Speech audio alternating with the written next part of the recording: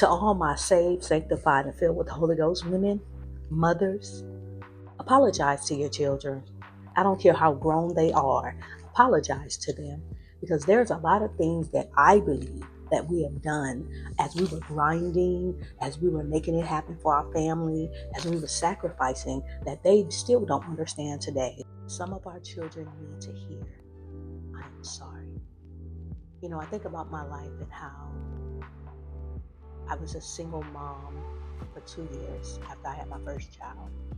And when I got married the first time, I remember sacrificing so much of myself, my time, my energy, just to make everything run smoothly in my home.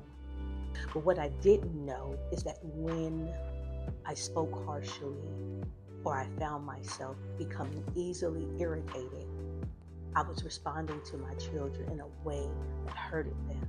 And I had to learn years later that some of the things that my children are experiencing is a repercussion of how I spoke to them, how impatient I was, how I just wanted them to do X, Y, Z, how they were on a time limit to do X, Y, Z. And it was all because I was in survival mode.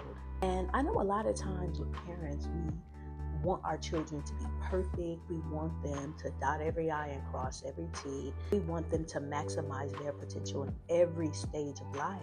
But that's simply not the case. They are human beings. Although they were little human beings, they were still human beings with emotions. And a lot of times, we as parents want them to become something that they may not necessarily want to be. And we need to be okay with that. For so long, I grind, I sacrifice, I even overcompensated for me not being present all the time because I was trying to hold everything all together. And in return, it was hard for my children to understand and receive the word no or not right now. It's amazing how I did all of those things and not apologize. You do not know how apologizing to your children, the effect that it will have on them moving forward. We have to understand that there were times that we did not provide emotional or physical support. Some of the trauma that we went through, we didn't mean for it to trickle down to our children. We were in survival mode. And then there were times when we checked out because life happened. We were harsh with our words and our discipline.